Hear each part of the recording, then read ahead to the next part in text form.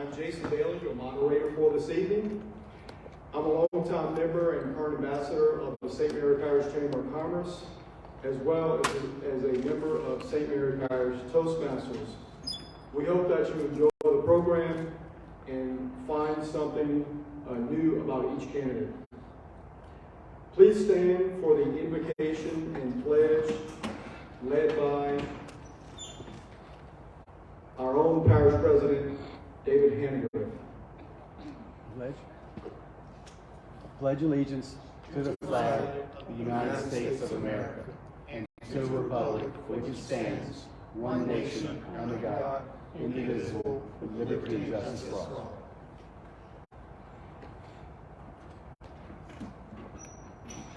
Thank you, President Hannegriff.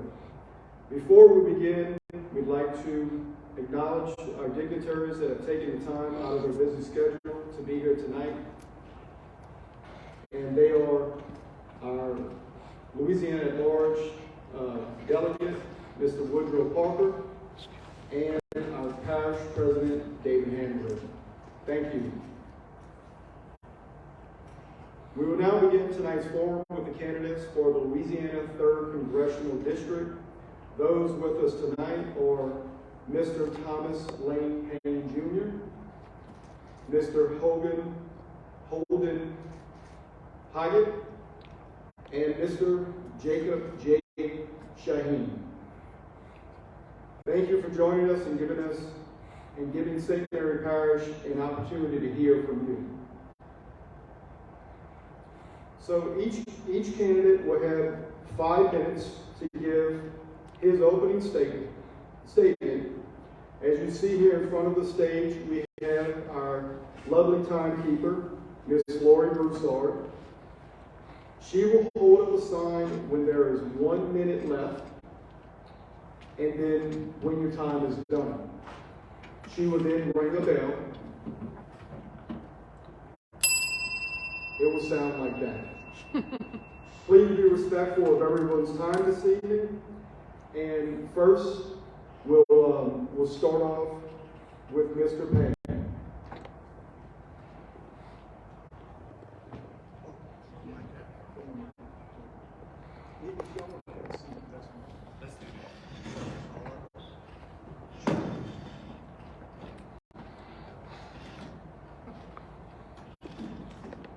First of all, I'd like to thank everyone for inviting us here to Morgan City. I have worked here, sweated here, bled here through the years working for Ernest B. Bro Electric in the construction field.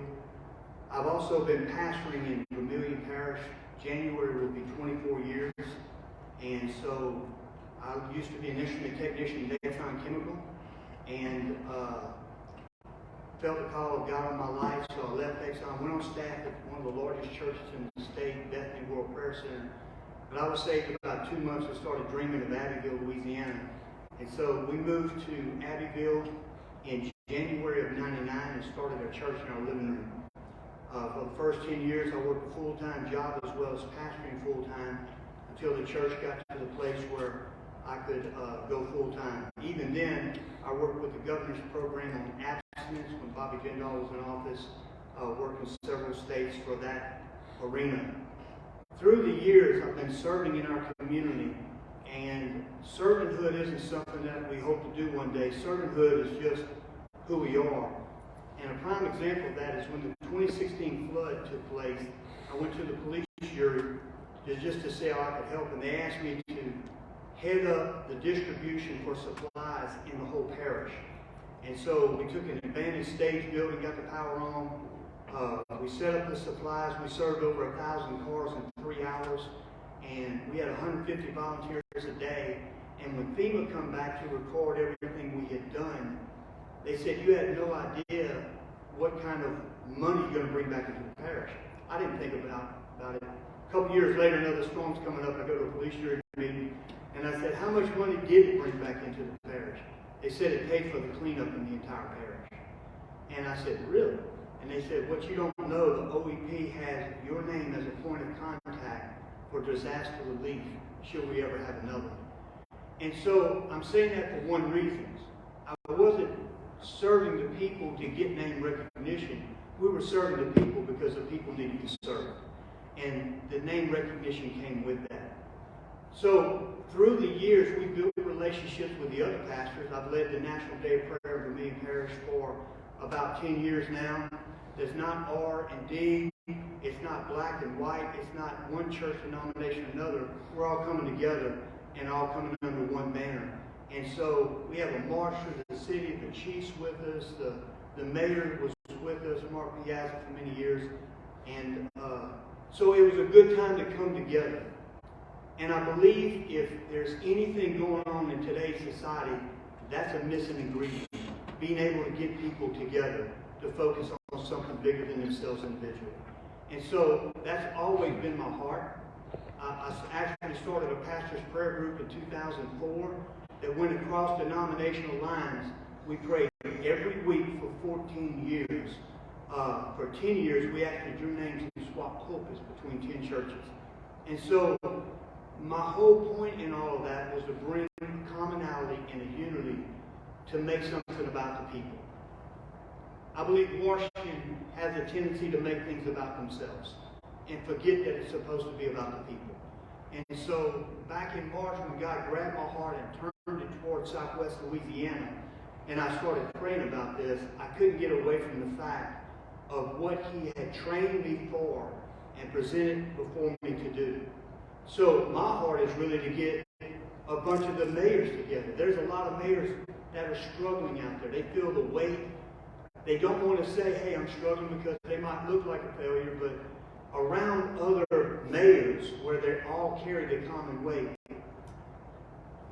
they can be open with one another, just like these pastors were. Can share their hearts with one another, and then they can share resources of what they're doing to help in their small communities. And I believe that will be a great resource for the individual mayors. I've met with mayors from Sulphur to Arnoldville to Jennings to Jeanerette, all the way through.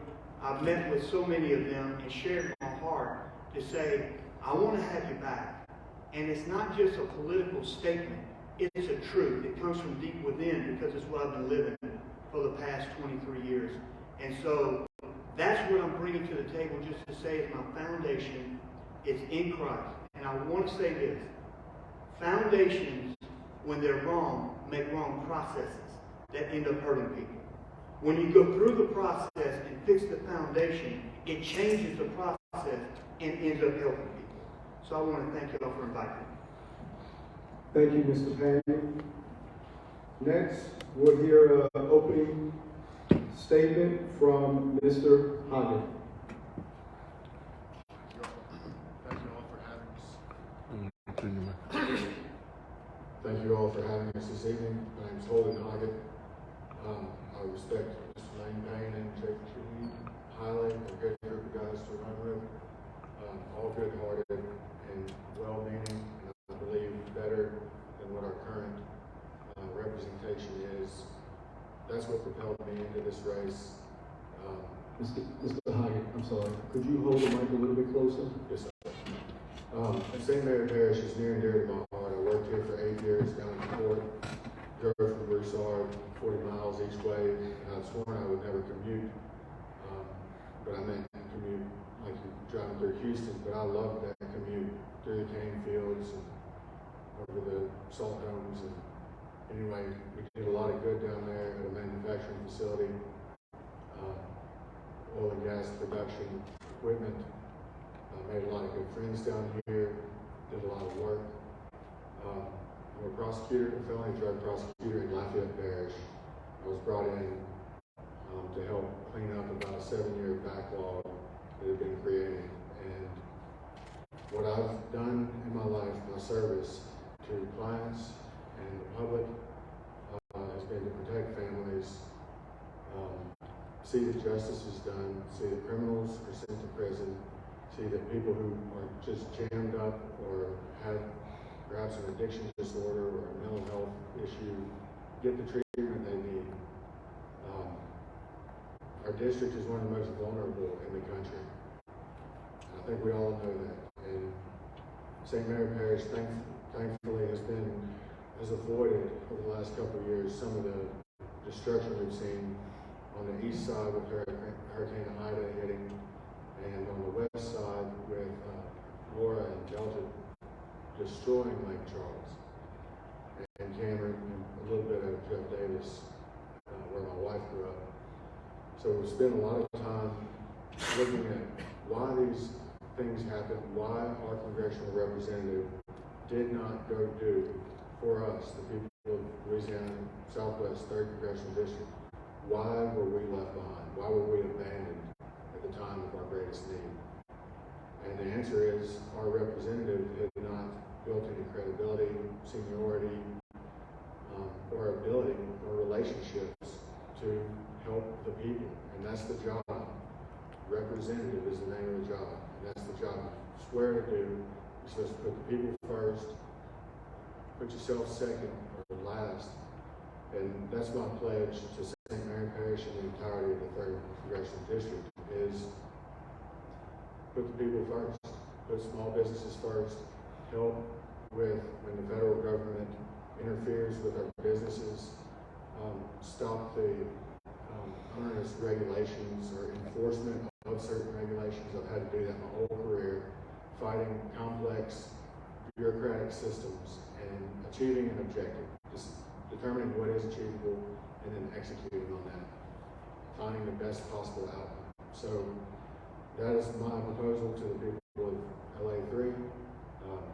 Work hard, show up, not miss 10% of the votes like the other guy who's not here tonight.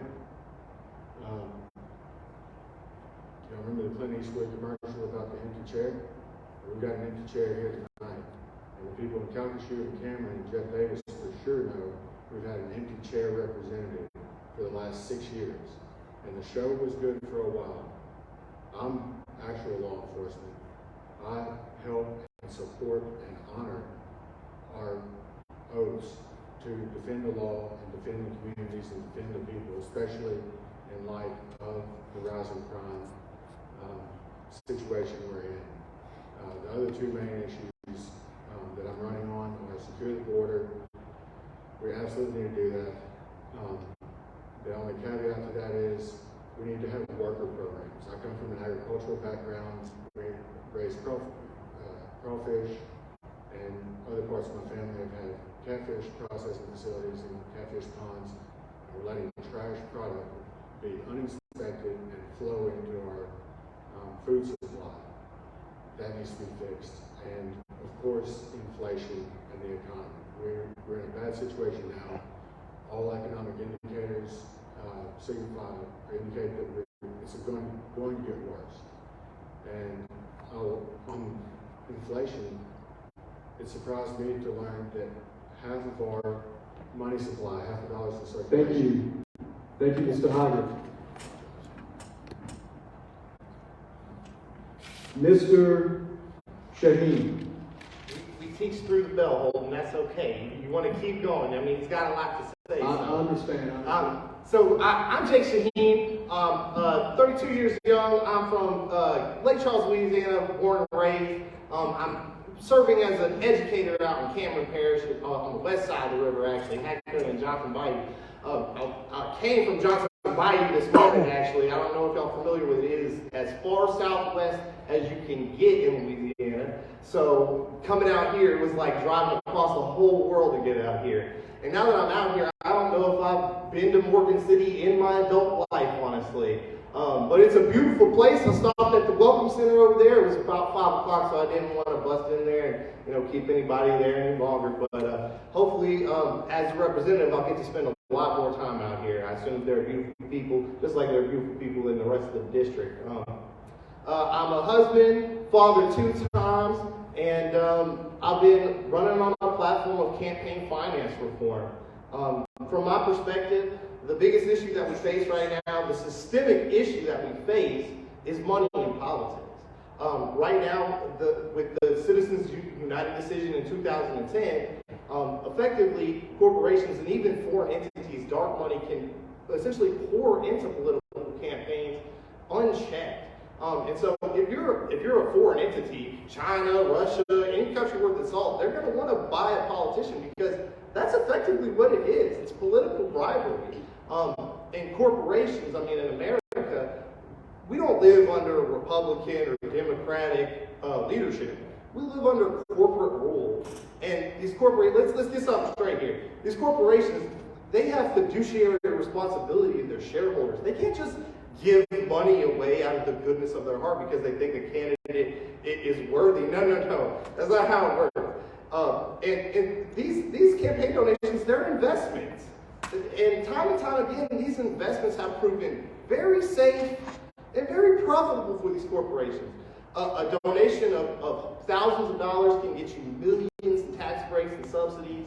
And I mean, we see it. There are metrics that show that when donors want something, when donors want a bill passed, it gets passed. But when workers or regular working folks, they need something passed, well, we just get left behind, because if you don't have the money to pay to buy a politician, then there's no interest in you. They don't need us to win their seat, so they're not interested in our interests. They serve their donors.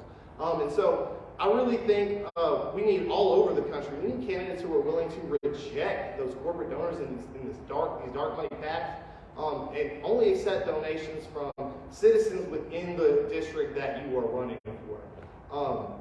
And these donations obviously need to be small so that we can't just have large donors independently just buying out these races. And I think we should really just limit the amount of money that candidates can spend in these races. Part of the issue with our media is that it's so divisive, because that's what gets corporate candidates in there, these corporate cronies in there. I mean, that's what keeps them distracted from real issues that we're facing in this country. So we have a lot that we're facing. There's a lot of issues that we need to deal with here. The degradation of our land, the loss of land that we have in this district specifically. We have an energy crisis that we're facing. Whether we like it or not, I support the jobs that these oil companies have brought, but they're called non-renewable resources for a reason. We're going to run out. Exxon in 2013 had a study that came out and said we had about 100 years worth of oil for the whole world. In the Permian Basin specifically, though, if we were to just use that oil for us, we have about 400 years. But we can't really keep oil companies from selling the oil abroad. So we really need to take control of our own energy situation. We have a lot of issues that we can face if we can overcome that energy crisis. And I'm a big fan of nuclear myself. I think nuclear energy can replace the market share that we see from coal and other non-renewable energies within the next 10 years. I'm not saying that we need to get to zero. I mean, those generators are there for a reason. We have guys up here who work in that industry, so it's not easy to just turn them off and then turn them back on. There's a cost to that, right? So, but diversifying our energy is important because we're going to need it to solve the problems that we face. But in order to face that, we need campaign finance reform to get good, honest actors into the legislature. Thank you. Thank you, Mr. Shaheen. The St. Mary Chamber of Commerce invited the public to submit questions prior to this evening's forum and has accepted questions from the public tonight as well. How you doing?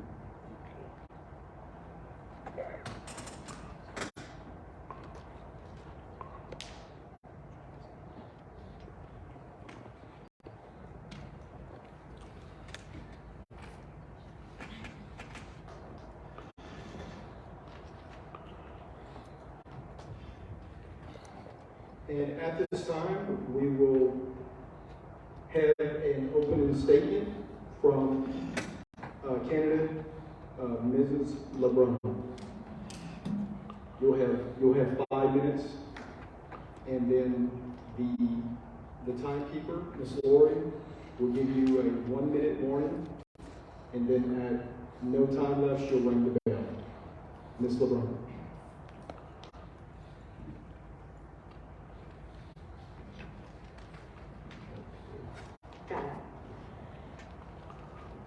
Good evening. My name is LeBrun. I am a native of Houma, Louisiana, a part of the Houma tribe. I grew up there as the eldest of 4 children to a single mother. I became a young single mother myself, but ended up putting myself through college and becoming a French teacher. I learned French because that's the language of my elders in the tribe. We don't have our Choctaw dialect that they used to speak anymore. Everybody speaks Cajun French. So I've also been a culture and language advocate since starting my teaching career out in Lake Charles, at Lake Charles Boston High School, and now sit on the Coda Field Board for the past several years. And I've worked with local organizations for promotion of French language and culture. I have been a nationally recognized teacher by the Corporation for Public Broadcasting, and I love to help people. And this is just a natural extension of that, I believe. So I am in this race as someone who knows what it's like to work hard. I also had to wait tables while I was a teacher because teachers don't get paid that well, and we all know that.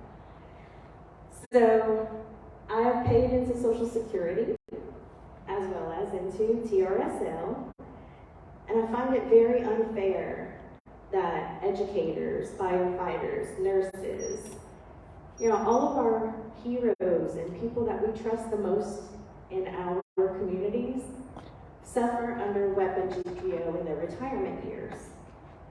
That's not something that I can support. And it is something that I want to work hard to ameliorate for us. We should have the full benefit of the dollars that we paid in for our retirement years. I also want to see better preparation for hurricanes in between the storms. We need communities to be more walkable, to have access to things in times of emergency, not just when the storm hits. We need to prepare for those things before. We need stronger education. Stronger education will give us a better economy. It's the power of education that has gotten me to where I am today. Without positive, nurturing teachers, I wouldn't have ever seen anything past working part-time jobs like my mom did. So, for that inspiration, that I received, I indeed wanted to pay it back, and that's why I became an educator. And for me as a single mom, just knowing what families go through to afford childcare and having access to quality early childhood education, that is something that needs to be bettered in our state. We are not family friendly in Louisiana, especially for single parents. So that needs to be fixed too. And hopefully with my master's degree in education and 18 years of service, that's something that I can affect. Personal freedoms are also very important to me. It's what America was built on. And I believe that every human being has a right to their own decision making. They have the right to choose their own health care options. And I don't think anyone can make medical decisions for a person better than their doctor. So politicians shouldn't be in doctors' offices. And I appreciate your time tonight. I'm Tia LeBrun, number 22 on the ballot. Thank you, Ms. LeBrun. The St. Mary Parish Chamber of Commerce invited the public to submit questions prior to this evening's forum and has accepted questions from the public tonight as well. For this evening's forum, I will poll at random 7 questions.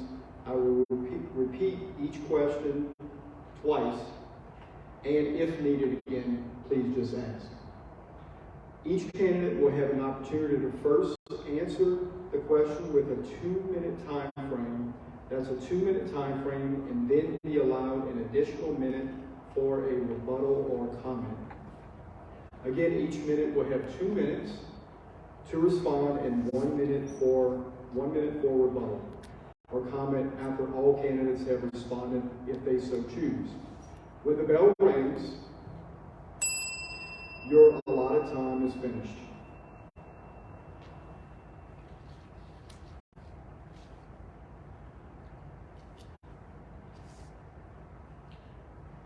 All right, so Ms. LeBrun, we'll start with you. If elected, would you join the House of Freedom Caucus? Once again, if elected, would you join the House of Freedom Caucus? I would not. Thank you. Mr. Payne.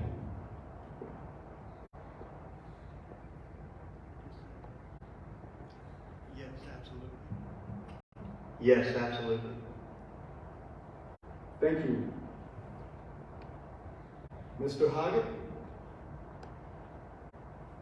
I would not automatically join any group without analyzing first what is best for the people of the 3rd Congressional District. So until I know differently, no, I would not, because I believe in being effective, competent, and hardworking, and actually accomplishing things in Congress versus just making a show and taking a futile stance that does no one any good. Thank you. Mr. Shaheen?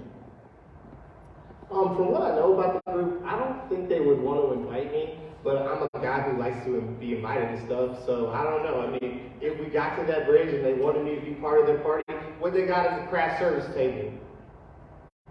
I mean, we'll make that decision live, but offhand, I don't think they would want me to be part of their caucus, and I probably wouldn't want to join if they didn't ask.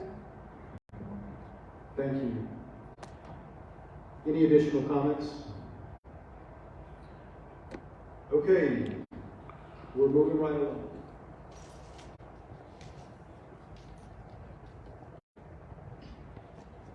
Question number 2. This time we will start with Mr. Payne. In the past 2 years, St. Mary Parish is blessed to have been spared extensive damage from the major hurricanes that have hit our state. Unfortunately, our neighbors to the east and west of us have not been so fortunate. The residents and businesses in St. Mary Parish know that we may not be as fortunate with the next storm, but the experience of our neighbors in the long delay of federal support in recovery adds an additional layer of anxiety. What do you believe is the main problem that has resulted in the long delays other communities in Louisiana are experiencing? And what will you do to ensure that communities of the 3rd Congressional District are provided the resources to rebuild as quickly as possible? Would you like me to repeat that question? Living through these storms, most people outside, even over here towards St. Mary, don't remember as much about Hurricane Rita. When Hurricane Rita hit, 6,800 homes were flooded in Million Parish, where I live. And most people don't even know that. They were so consumed with what happened to Katrina. And even the people in Calcasieu and Cameron were hit by Rita, because I helped work in the construction of redoing a lot of that. But what I found is that our people, especially District 3, seems to be a forgotten people. I made a trip from just below Kaplan, which is Swear's Grocery, to Cow Island, Pecan Island, to Creole, Cameron, and Bell City, Lake Arthur, Jennings, Egan, and Eunice. And somebody said, that's a lot of miles for a few people. And I said, isn't that the entire point? The people feel abandoned. And that's what they feel when they look at these things. One of the things that they look at is the way FEMA's responded. Whenever Katrina happened, everybody that had a cat got a $75,000 check. And 2 months later, they had a FEMA trailer with a $75,000 car in front of it. And they said, well, we got to change that. but they shifted it way too hard. Right now, there are people in Calcasieu that have blue tarps on their roofs, and I know they're lawyers, and they still can't litigate enough to get stuff from FEMA. So my focus is that they should look at allocate the problem, look at the issue, they should verify, have contractors bid on it, and when they find a verified contractor they say yes to, put the money in an account where the owner of the home and FEMA signs off on it to the contractor for the work done. And we get the work kick-started early instead of waiting till the end and trying to get money back. Thank you. I'm going to go ahead and read this question again. It's rather long. So, in the past 2 years, St. Mary Parish is blessed to have been spared extensive damage from the major hurricanes that have hit our state. Unfortunately, our neighbors to the east and west of us have not been so fortunate. The residents and businesses of St. Mary Parish know that we may not be as fortunate with the next storm, but the experience of our neighbors in the long delay of federal support in recovery adds an additional layer of anxiety. What do you believe is the main problem that has resulted in the long delays other communities in Louisiana are experiencing? And what will you do to ensure the communities of the 3rd Congressional District are provided the resources to rebuild quickly as possible? Mr. Hoggatt. First of all, I'd like to agree with Mr. Payne's excellent points. I also was in Vermilion Parish after Hurricanes Laura and Delta and Cal Island and Pecan Island, and help and deliver water, pallets of water and fuel and whatever the people needed. Because we learned the hard way that basically we're on our own. Even up to DeQuincy after those storms and everywhere. The main thing that I see is the problem on the FEMA funding side, which that's basically just reimbursements that the local governments have already outlaid. And it should be pro forma, it should be automatic. The problem is there is not in the FEMA funding budget an emergency fund where there's ready money. It literally takes an act of Congress, an emergency declaration, and follow on act of Congress to get the money. So we saw that our current representative did not get us an act of Congress, and it's no small thing to get one. But when Ida hit Congressman Scalise's district,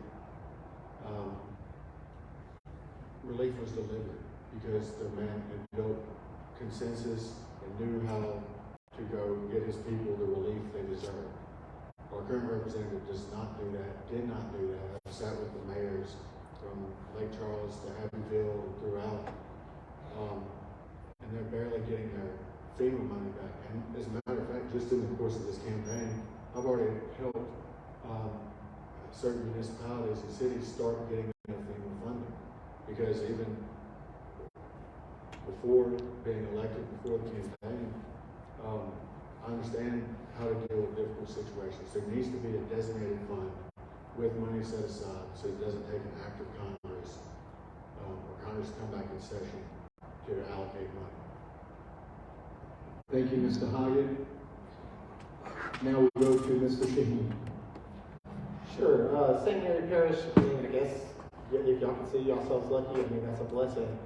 I'm not trying to be bearer of bad news, it ain't forever. I mean, y'all will get hit. I mean, when we evacuated for Rita, for Laura, actually, golly, we hadn't recovered from Rita. People talking about recovery from Laura and Delta. When we evacuated for Laura, it counterintuitively, we actually went to Florida, but we traveled all along the Gulf Coast, and you know, all of these places have been devastated by hurricanes.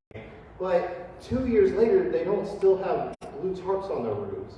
So there's a lot of lack of political will to make that happen, and a lot of ineptitude, like Holden was talking about, from our representatives who need to be working for us.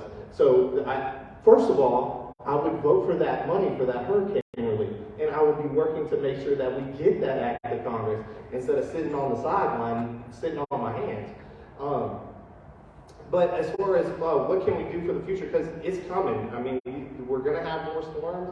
I mean, it's something that we've always dealt with, but we've seen in the last few decades. I mean, there are more and they're bigger, and the water is rising. It's coming for our land. I mean, I can make all these promises about infrastructure, and we saw in New Orleans after Ida that what the Army Corps of Engineers did there had a positive effect. I mean, it saved large portions of New Orleans, and we can do that kind of infrastructure for other places in the parish. But you know, I don't want to make grandiose promises that that piece of land that you held on to, where your culture is, that's going to be there forever. But I mean, we need people who are actually thinking about that, and who are thinking about building sustainably for the future, thinking about 10 years and not just 2 years when I'm getting reelected. So. Thank you, Mr. Shaheen. Mrs. LeBrun? So I agree with Mr. Hoggatt that it is a lack of leadership. We have not had the kind of activism on behalf of our communities that we need. And that is a result of divisive partisan politics that our current legislator wants to participate in. There also is a need for Congress to have a triggered reaction for these storms that we know are coming. This isn't a surprise. This isn't something new. They need to have a certain formula that is laid out for initial reaction for emergencies. Once a governor calls a disaster, it needs to just go into effect, so that we're not waiting on the whims of politicians who may or may not be invested in their communities as well as they should be. If there were at least a baseline, a baseline funding and reaction time that is set, that would help all of our communities. Because we did get REDA money and recovery a lot faster. The schools were closed for 6 weeks, but after that 6 weeks, we were back at school. And lots of families still had loss to deal with, but they were in recovery. Lake Charles is not yet in recovery, and that's not okay. Thank you, Ms. LeBrun. Any comments?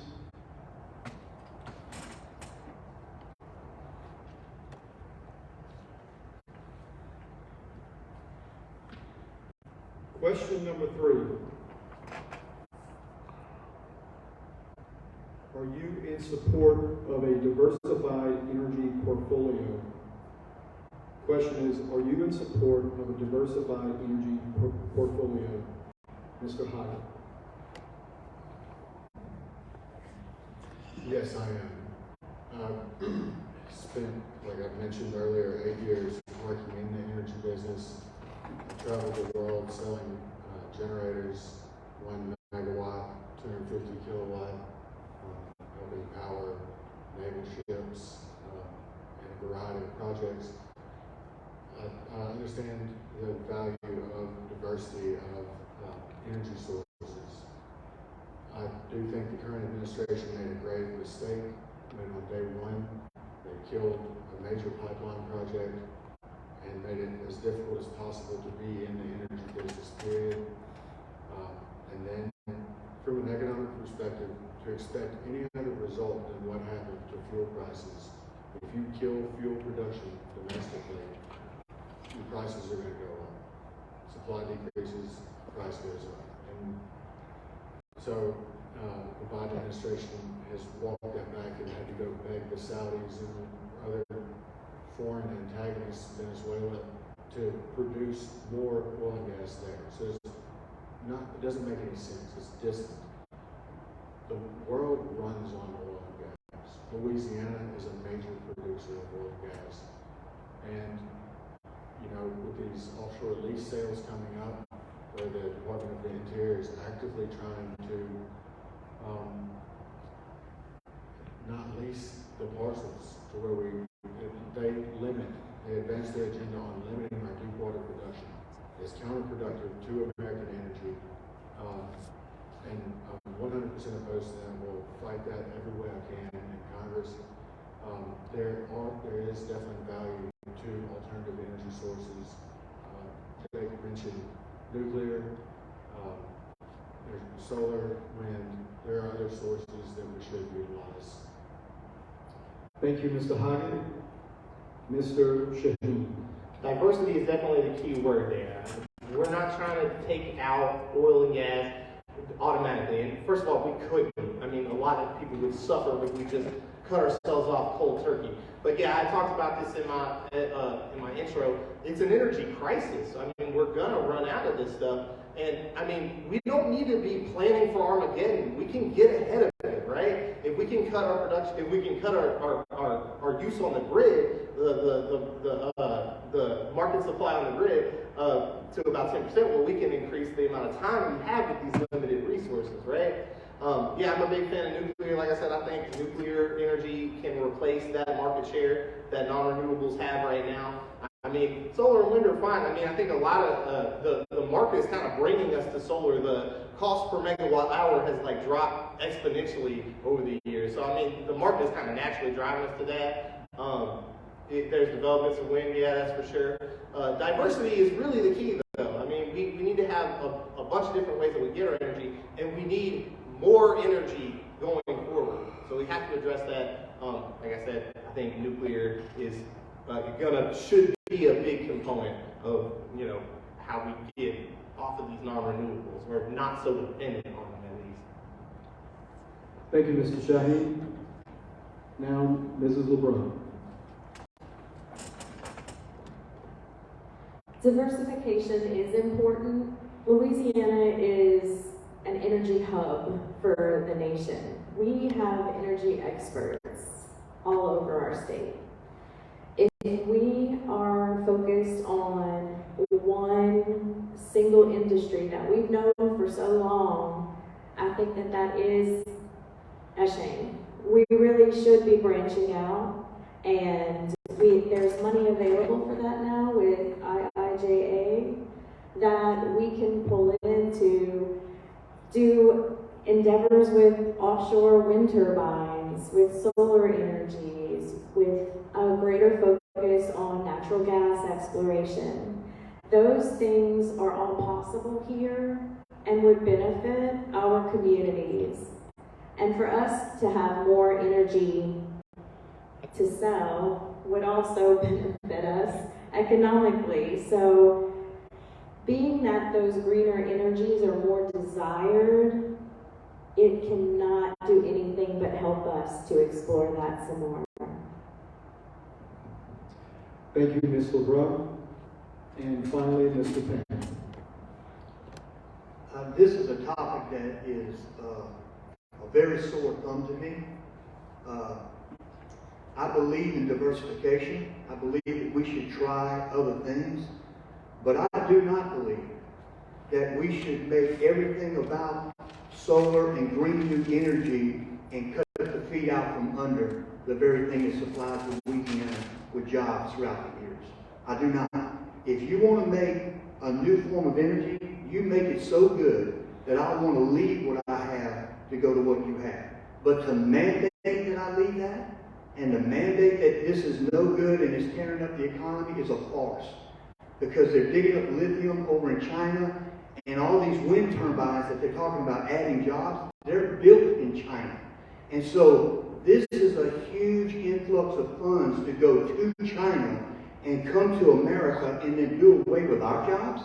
I have a real problem with that. So I don't mind diversification, but you make your product so beneficial that I want to leave what we have to go there. Don't shame the oil industry just because you're a millionaire and you want to be a billionaire. You weren't able to get in on the ground roots of the oil industry, so you want to shame it so you can create another industry. When the energy czar up in Washington, D.C. has $4.5 billion in stocks in renewable energy, and she's making decisions, something's broken the system. So I believe in diversity, but not in the way that is shoved down America's throat and saying, Louisiana, your oil and gas industry, your workers, and everything you've been doing for the last 50 years, the largest hub of natural gas is in Vermilion Parish. the Henry Gas Hub feeds 2/3 of the north of the East Coast. And to say, we don't want that anymore, you gotta shut it down and you gotta buy my electric car that might get stuck in a hurricane. Ain't nobody gonna bring a 5-gallon bucket of electricity for your electric car that runs out. And so, I believe in diversity, make it profitable to where people want it. Thank you, Mr. Payne. Any additional comments? Mr. Shaheen. Just wanted to continue on what Ms. Payne said. We can't be hypocrites about it, right? I mean, if we're worried about oil and gas and the ecological effects that us using that has, we can't ignore the ecological effects of mining lithium, producing these solar panels, or the production of these wind turbines. We can't just ignore it, right? So, thank you. Thank you, Mr. Shaheen. Any? All right, moving right along. Question number 4.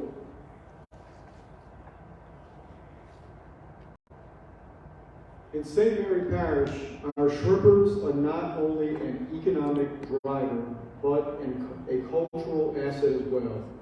Currently, our shrimpers are facing monumental struggles that not only hurts the economic impact on our local communities, but is contributing to the decline of a profession that has existed in families for generations. If you are elected to Congress, how will you provide much needed relief and assistance to the shrimpers of St. Mary Parish and the 3rd Congressional District? I'll repeat that again. In St. Mary Parish, our shrimpers are not only an economic driver, but a cultural asset as well. Currently, our shrimpers are facing monumental struggles that not only hurts the economic impact to our local communities, but is contributing to the decline of a profession that has existed in families for generations. If you are elected to Congress, how will you provide much needed relief and assistance to the shrimpers of St. Mary Parish and the 3rd Congressional District? Mr. Shaheen, we'll start with you. Well, when I got the list of questions yesterday, when I saw this one, I was really eager to learn the nuances of this issue. We have, I work in Hackberry and Johnson Bayou. There's a lot of fishermen and I teach a lot of kids who come from those kinds of families, fishermen and shrimpers. And they're real salt of the earth kind of people, whether you're a captain or a crewman, I mean, you are just by your bootstraps, like every day. So, but I mean, good people.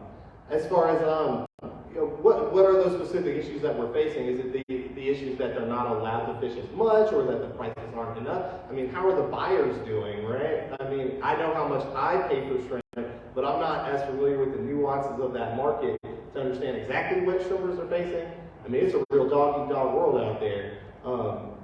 But I know that from my experiences, from what I know, at least in Cameron Parish specifically, when they started building those LNG plants, I mean, they destroyed a bunch of oyster beds and affected a lot of other fisheries.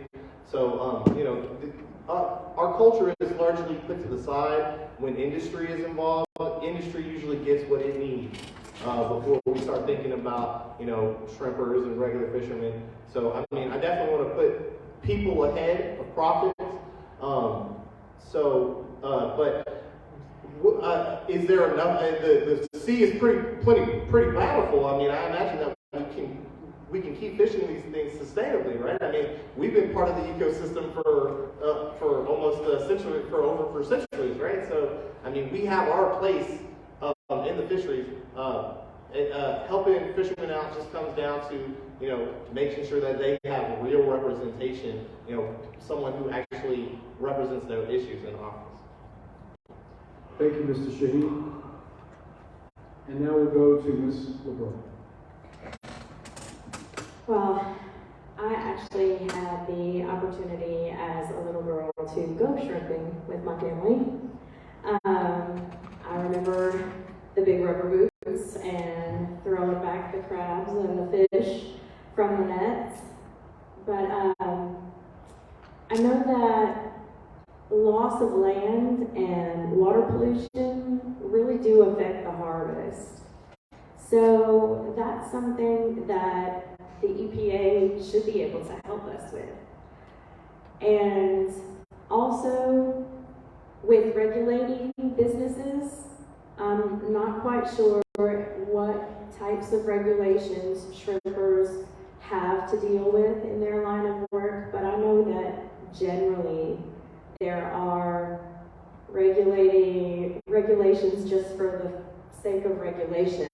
So small businesses and regular businesses, and especially our cultural assets like shrimping that has been here for so long, and it's a part of what draws people here to Louisiana, just our different way of life. So those regulations that don't make any common sense for shrimping industry, I would look at eliminating those so that people can do their work and be successful. Thank you, Ms. LeBrun. Mr. Payne. I spent my first anniversary, June 28, 1981, on a shrimp boat in the Gulf. My wife's family had 3 shrimp boats in their family. We were gone for 7 days. We fished for 5 clocks, that's 5 24-hour periods, and we unloaded 107 boxes, that's 10,700 pounds a head of shrimp from 5 days of trolling.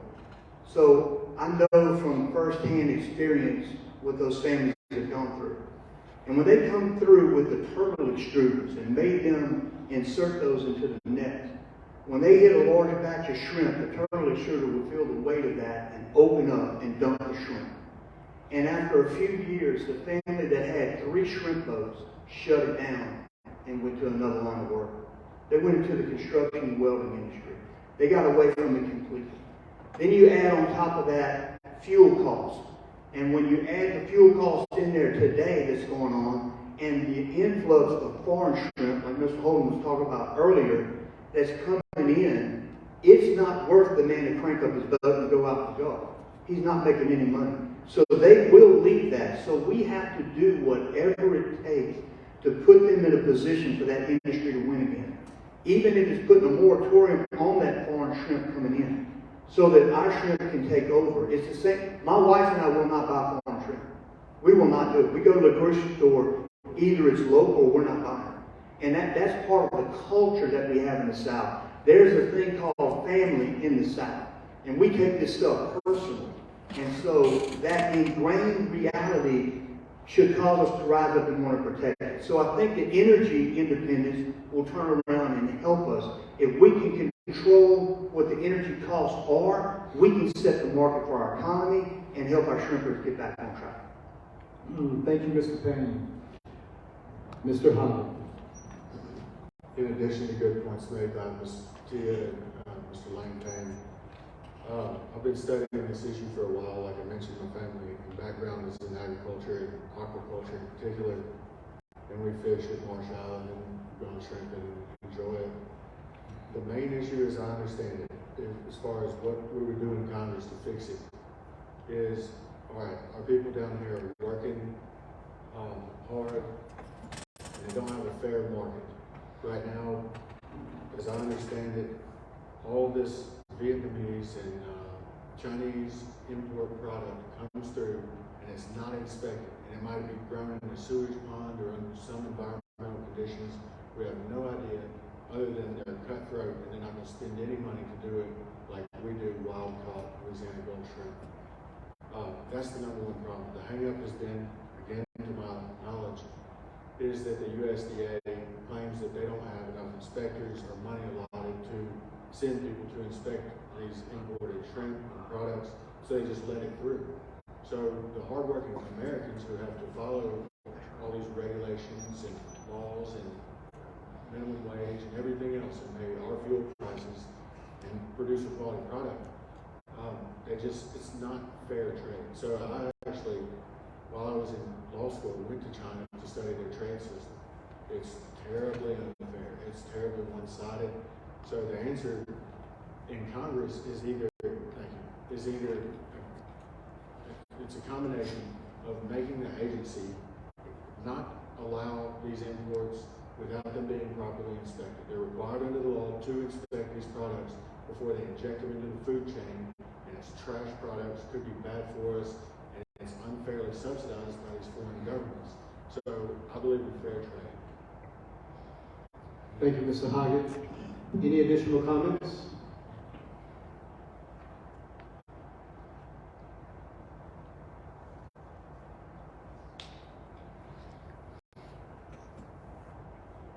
Question number 5. Healthcare in rural communities is a long-standing nationwide challenge that existed before and was exacerbated by the COVID-19 pandemic. Residentials in rural communities such as St. Mary Parish are struggling to access necessary healthcare services and affording needed medications, often relying on our community health facilities such as hospitals and emergency rooms. What would you do to address the inequality to healthcare access for rural communities, and how would you address rising prescription drug prices? I'll repeat the question again. What would you do to address the inequality to healthcare access for rural communities, and how would you address rising prescription drug prices?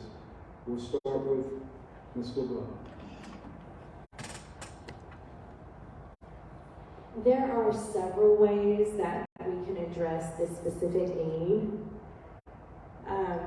There are nurse practitioners who are almost doctors, who are very equipped to handle most regular healthcare needs in their own clinics.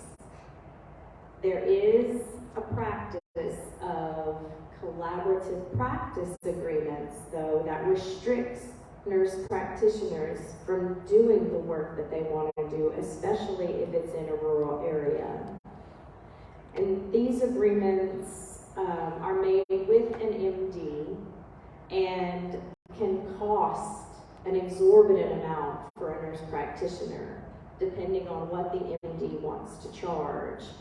But signing this agreement puts that MD in no position of supervision or consultation or second opinion giving for this nurse practitioner. It is purely a step that this nurse practitioner has to take, and that can become an obstacle for them to set up practice.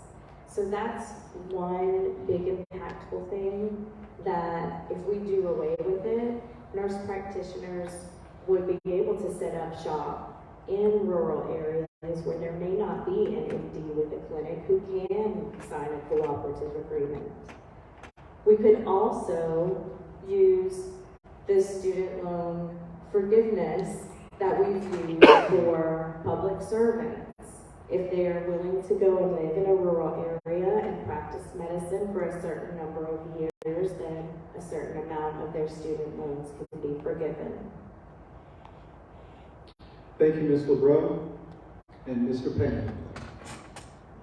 This is an issue that's faced our entire nation for a long period of time. Speaking to a physician's assistant comes to our church, and I'm very close with him.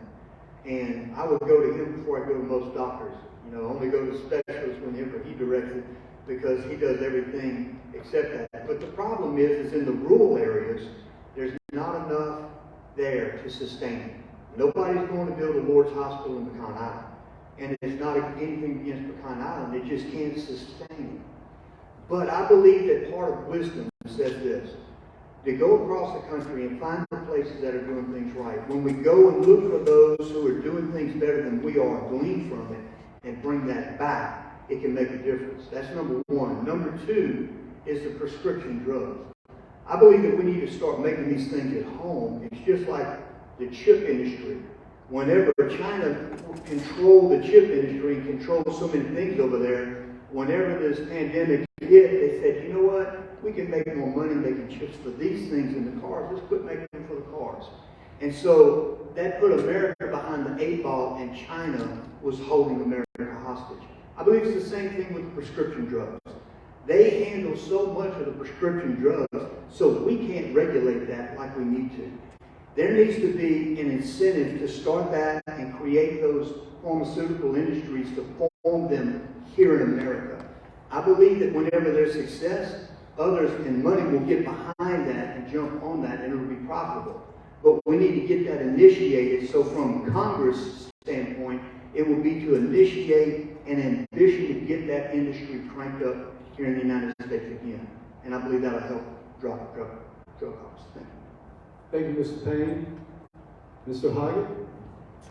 In addition to the points my fellow candidates have raised, which I think are all good potential ways to address the situation, I would add transporting people from providing transportation services. I have some friends who are in these businesses and they're generally Medicare reimbursed type of, it's not high margin business, but it's a necessary service provided to elderly people in the country to where they can get to a doctor and non-ER care. That's a waste. Everything costs 10 times more. And there are lower levels of care that can be provided at a more convenient rate. The other thing is, as I mentioned earlier, I believe in free markets. I think it drives our Medicare costs up and healthcare costs in general, that the government cannot negotiate drug prices just like a private company. Insurance certainly does, buyers certainly do, and there's no reason that taxpayers should bear a higher burden than just another negotiating party at arm's length. Thank you, Mr. Hoggatt. And finally, Mr. Shaheen. To answer the question, I believe that what we should be working towards is universal primary care. I think that's a reasonable goal to kind of work towards. But one thing that's a bottleneck to that is the supply. We just don't have enough medical professionals to fill those roles. We have millions of Americans who don't have access to health care. So if they all suddenly had access to primary care, we don't have the professionals to meet those needs.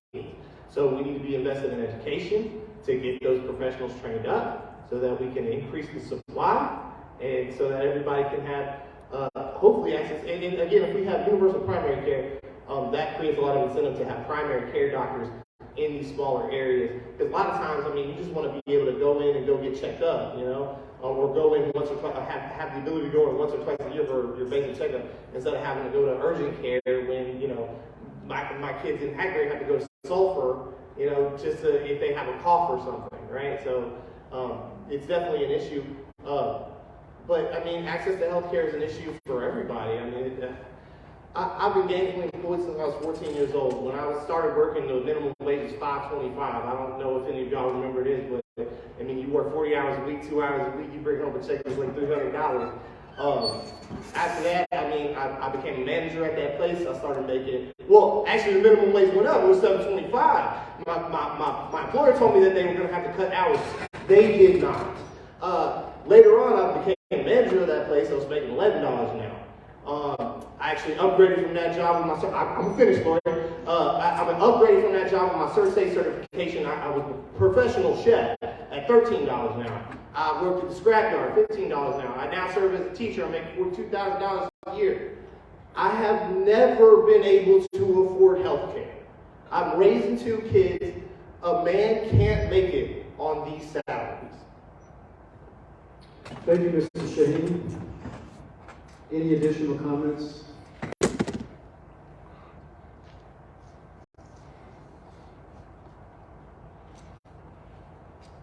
All right, question number 6. The oil and gas industry is a major industry sector in Louisiana, but particularly in the 3rd Congressional District. In addition to the high number of jobs and revenue generated by this industry, St. Mary Parish has a long-standing historical connection to oil and gas. The Department of Interior has recently proposed program for offshore lease sales after months of delay, and has indicated the final program could include no lease option. If you are elected to Congress, what meaningful actions will you take to strengthen offshore energy production? Once again, if you are elected to Congress, what meaningful actions will you take to strengthen offshore energy production? Mr. Payne, we'll start with you.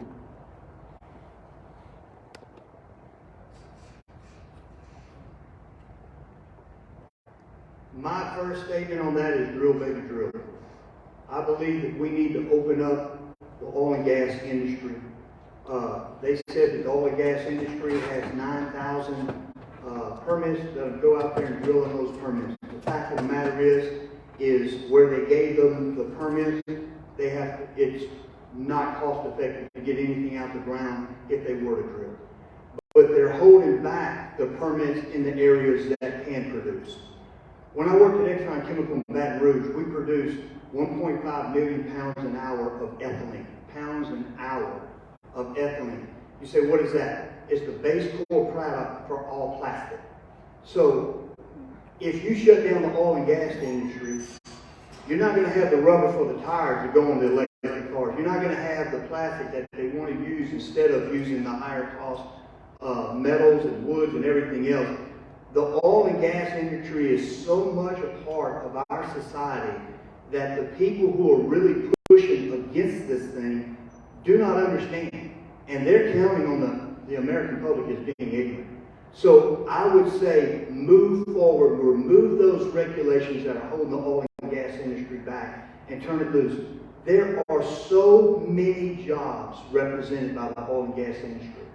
In Baton Rouge Chemical Plant, when I was there, we stayed open in the late 70s, early 80s when Baytown, Texas had to shut down because they had one feedstock. We had 8 feedstocks, and we could switch those overnight. So literally, we were running liquid butane through furnaces at 1.5 billion pounds an hour at 1,535 degrees to make ethylene. And so there's so many feedstocks that are going into this oil and gas industry that it seems like the American government doesn't comprehend.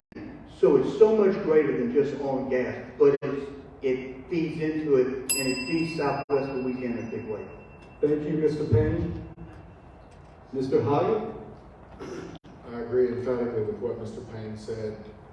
On a congressional level, the first thing I would do is stop, in this instance, the Department of the Interior from playing politics with police awards, right? It shouldn't vary from administration to administration. It should be the considered policy of the United States government to be energy independent, energy secure. And as Lane pointed out, it's not just direct energy, it's the products we wear, it's the wheels on the tires on our vehicles. It's in almost everything. It's every bottle of anything you buy from the grocery store, whether they're for human consumption, contains some products that came generally from the petrochemical industry. And I'm fine if they find other sources of them, but what they're doing is interfering with production without providing a solution, and then being surprised that we have supply chain disruptions and crazy high gas prices, and it's just economically foolish. Thank you, Mr. Hoggatt. Mr. Shaheen? I definitely appreciate y'all's insight on this. I mean, I've already said in my statements that I'd like to see the market share of the energy supply come down from oil and gas. And y'all feel free to correct me on this later, but I think it's easier to tap the wells that are like in the Permian Basin in West Texas. I think that those are like in the shower. There's lower cost to build out there. So if we were organized, right, and we were doing this as a nation, I would emphasize pumping from over there until we can get, that off of that as much as we can. It's just more difficult to do it offshore. But that doesn't help Louisiana, right? That doesn't help our district. That doesn't bring jobs to our district. But we also can't dictate what the oil and gas companies do. I think one of the things that was lost, and you're absolutely right that the regulations that we've seen from this administration have contributed to the oil and gas industry reducing production. But there's also capital discipline involved with that. After the pandemic hit, barrel of oil dropped below $0, right? It was like in the negative. So they need to really recoup their loss. And I think what the industry is kind of seeing is that they are seeing renewables coming. So they're sort of seeding the market to renewables, but they got to make their money in the meantime. So if they reduce the supply, they can increase the cost, and get more profit. Like I said, drilling offshore. I mean, if we were organized about it, I would want to meet our supply. We have more than 400 years worth of supply in front of the basin. That's much easier to tap. So. Thank you, Mr. Shaheen. Ms. LeBrun. Any industry that provides Louisiana families with a livable wage is a valuable industry. Having said that, I do, like earlier, I believe that diversifying is going to behoove our states and our industry at large for energy usage and extraction. Natural gas is a lot easier to extract. We have all of it down here that we could ever want. And we have resources here. That Gulf wind could, even though the turbines might be built somewhere or constructed, fabricated somewhere else, it would be our fitters and welders putting them up in the Gulf. It would be our energy to use. And so diversifying would meet that need, but we do need to maintain what Louisiana needs as far as our families and economies go. So if we have a need that is not being met because of unfair or unreasonable legislation, then that is something I would talk to experts about who know more about this than me to find out exactly what we can do to make sure that our district has what we need. That's why we're all up here, I believe, is because we want people's lives to be better. We don't want to make anybody suffer any more than is necessary. Thank you, Ms. LeBrun. Additional comments? Yes. In the Northeast, they plan on putting out a wind farm. And the fishermen over there are saying it's going to wipe out where they fish. Because they have to run those cables on the seabed and everything else. Can you imagine if they put a huge wind farm in the Gulf of Mexico, Vermilion Bay, and our shrimpers had to go around all that? It would destroy our shrimping industry. It would cripple our industry going out that way. And so while they have ideas, they're not thought through all the way and see how many people they're going to affect. And that is a crippling thing for an industry that seafood industry is huge in Southwest Louisiana. So I just want to bring that to the table. Thank you, Mr. Payne. Mr. Hoggatt? One interesting thing Jake brought up is why don't we utilize onshore oil and gas production compared to offshore, which was the point of the question. The difference is, if you drill a well onshore these days, your typical horizontal drilled well that they're doing fracking, which I was in the business of selling frack equipment all over the world. So the production curve on one of those wells, when you bring it online into production, it's performing at 100%. And it continues, and it might increase a little bit, but over 2 years, after about 2 years, that well is played out for all intents and purposes. Still might get a little bit of production, but compared to offshore, yeah, you're right. That well onshore might cost $5 million, and an offshore big production platform project could cost them $1 billion. The difference is in production. You're going to have a stable, steady, reliable supply for about 20 years. Thank you, Mr. Hoggatt. Any additional comments?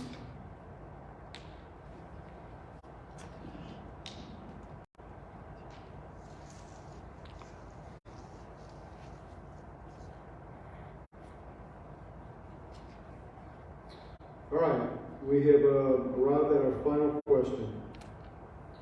In today's society, political discourse is more negative than any point in modern history. What do you believe is the cause and how would you work to change it? Once again, in today's society, political discourse is more negative than any point in modern history.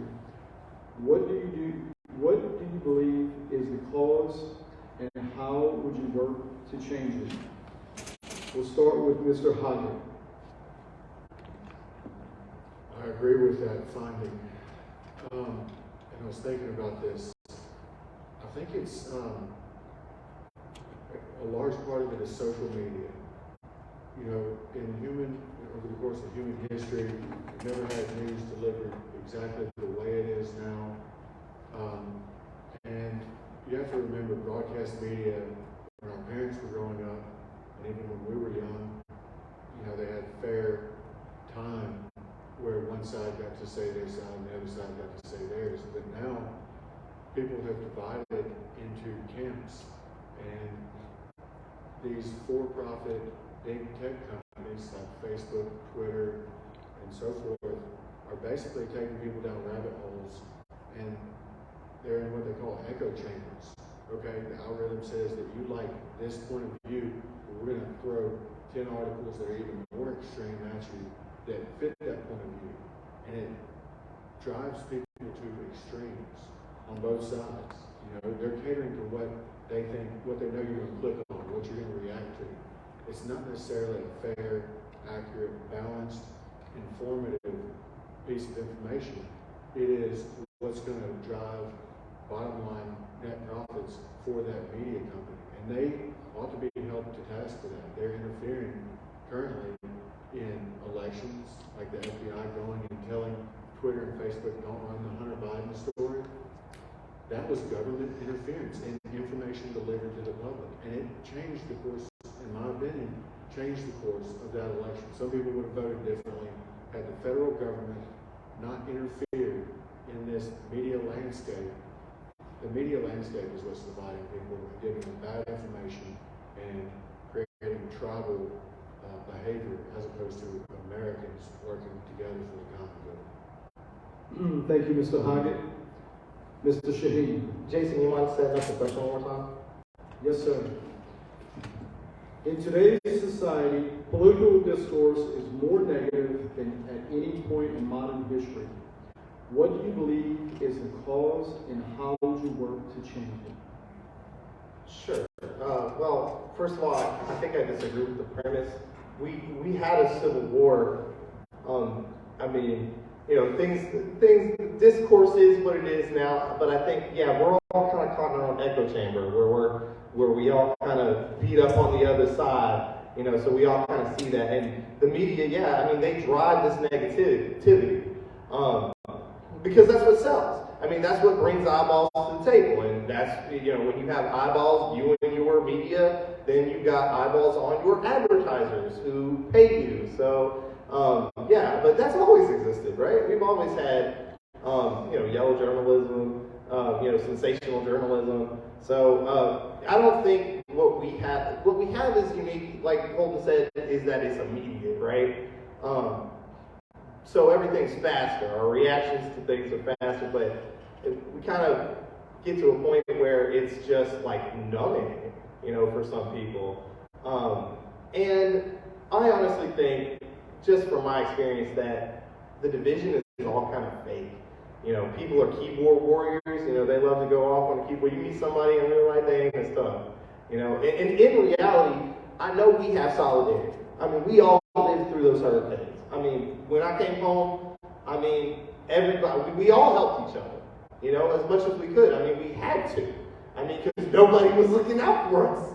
So, really, everybody wants a good education for your children, whether they're my kids or your kids. I want everybody to have equal access to education. You know, I want everybody to have reasonable access to health care. You know, we all want, you know, the kids that are in our neighborhood not to starve. Right? So, I mean, there are a lot of baseline things that we all agree on that, I mean, really get lost. I mean, by the noise that the media creates. And you know, I think we need campaign finance reform to help fix that. Thank you, Mr. Shaheen. Mrs. LeBrun. Okay, so in agreement that the algorithms on social media are detriment to political discourse, but I think it's up to our leaders. They have an innate responsibility to not buy into that, to actually read and learn about things and form expert opinions, or as close to expert as they can get. Fear is the tactic of the weak. And the inaction that we've seen from our leaders is evidence of that weakness. They use people's fears against them to win their seat again, to cause panic. And that's not okay. And I think that the general public has gotten very tired of the theater. They want people who are willing to work together for the betterment of their community. And I really believe that this election is going to show us that it's time for change. People want someone who really cares about people and who's willing to work across the lines and advocate. Thank you, Mrs. LeBrun. Mr. Payne? I believe the main problem is that everyone's slipped into a gear, because this is about political discourse. It's slipped into a gear and a mindset that and people just call it simple politics. And if that's what it is, I don't like it. Because I'm telling everybody, I'm not running against anyone. I'm running for the people of Southwest Louisiana. And I believe if you look back in history, whenever you see any army or any entity fighting against something, they'll quit. But if you see somebody fighting for a cause, they're not going to quit for anything, and they win.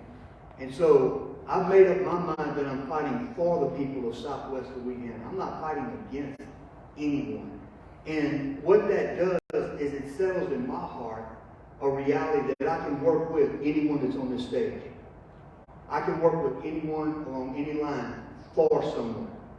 And so there's a difference there. And when we grab that, it's called responsibility to community. It's called responsibility for humanity. And it changes the narrative. It changes the tenor of how you speak and where you're coming from. I believe that people are getting sucked into the algorithms on social media because, how can I say this? They can be. And if you don't have the moral standing to say, I'm not going there, then you're going to get sucked in. And they know it and they use it to their advantage. But where are the adults in the room that say, you know what, not on my watch, I'm not getting sucked in. I'm going to stand my ground. I'm going to walk in integrity. I'm going to try to help everybody I can along the way. And it changes that. What happens is this. People recognize that authenticity because they see everything else as in front. Thank you, Mr. Payne. Any additional comments? At this time, I'd like to thank the candidates for answering some of the questions submitted by the citizens of St. Mary Parish.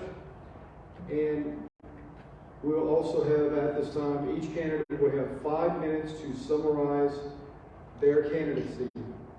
And we'll start with Mrs. LeBrun.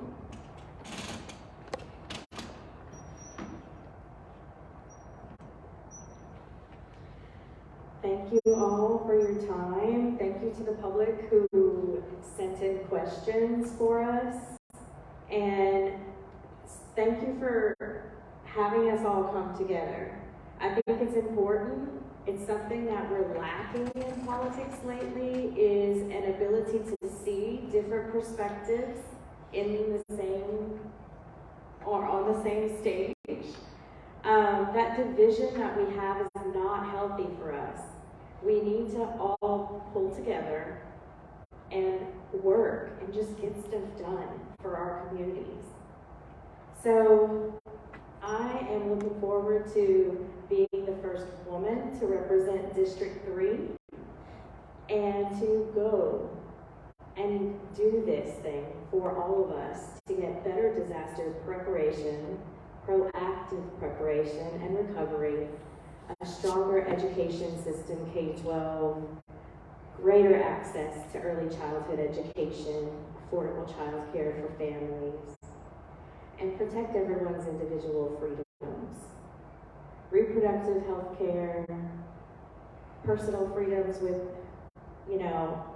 other areas as well, but we need our voters to have rights. We can't just sit back and let rights be taken from us. So that's what I want to go and do. And I've been an educator for 18 years. I've got students who volunteered to build my website, to send me videos as testimony to my compassion and leadership and energy. I have parents of my past students who are coming to meet me and just to give me a hug and thank me for impacting their child while they were in my room. And this is a very humbling experience. I think we could all agree as candidates. And I really love South Louisiana. My kids span the district. I have 4 grandbabies in Sulphur and a couple of kids out that way, a couple of kids in Lafayette, and my big Homa family in Terrible Parish, which is very near here, where my grandpa used to go offshore. So I want to represent everyone in a fair and equitable way that doesn't put party over people. People are the important thing, and I will always keep that in mind. So please consider voting for number 22. Thank you, Mrs. LeBrun. Mr. Payne. I believe people are worth fighting for. 8.5 years, rehab center opened up a quarter mile down from our church, and I was called by the owner and asked to go in and share the gospel with those guys on Saturday mornings. And for 8.5 years, I did that, minus a year for COVID, and minus 5.5 months when I had to rebuild the floors of my house after 2016 flood. And during that time, I prayed with over 5,000 people to give their hearts to Christ. And I get emails 5 and 6 years later saying I had lost my family, I'd lost my marriage, I lost everything until that day. And that day, everything turned around, and God has restored my family, my marriage, and everything, and I got a life again. And I'm not saying that for a religious sake. I'm not a religious person. I'm probably the least religious pastor you'll ever meet. I got a relationship with God.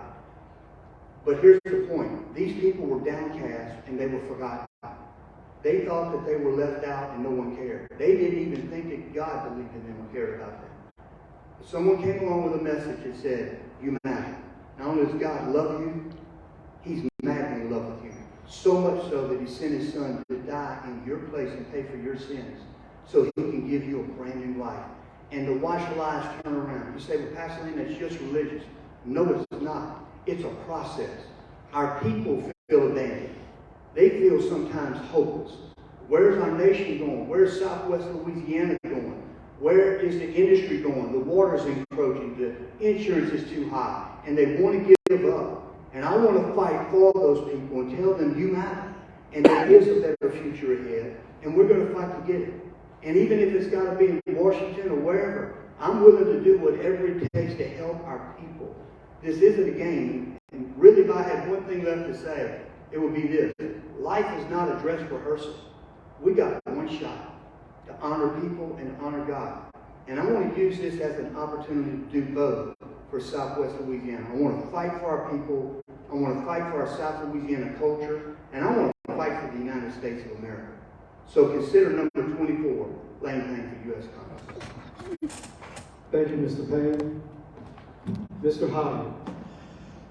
Thank you, and thank you to the other candidates. Thank you to our hosts. It's hard to follow compelling, heartfelt statements that the prior 2 candidates have made. My campaign is very simple. Conservative values, stop inflation, stop crime, fight crime, get people mental health and addiction disorder treatment that they need, and secure the border. I believe that we lack a competent representative in D.C. now. And my whole life was consisted of hard work, Christian values, caring about the people first, and being a servant. And that sums up what I stand for. Thank you. Thank you, Mr. Hoggatt. Mr. Shaheen. We'll just stand up too. Definitely, thank y'all so much for coming. It really means a lot to me. This Tia humbling, man. This has been a very humbling period of time for all of us. Speaking for myself. Okay, so Lake Charles, Boston is now the STEM Center in Lake Charles. Okay, so I piloted the robotics program out in Cameron Parish last year, and so I was working in there a whole bunch. So, but that's actually where my parents graduated from too. And in Hackberry, when Rita came through, we didn't get back into our building. Our kids didn't get back into our building until January of the next year, until 21. So, yeah, I just wanted to share that because I forgot. But thank you, Morgan City. Thank y'all for having me. Thank y'all so much for inviting me, man. It was a long drive out here, but it was worth it. I really appreciate everybody who came out and attended. Like I said at the beginning, my campaign is about campaign finance reform. I really think that is the systemic issue that we need to address. We don't have free market capitalism here in America. We have crony capitalism. Essentially, the corporations, they pay for the legislation they want, and then their cronies pass it. And I'm a free market guy. I believe that we would absolutely be better served with a free market. But that's just not the case. And until we get good faith actors into the legislature, we really can't expect to really face any of these issues that we're facing with any effectiveness.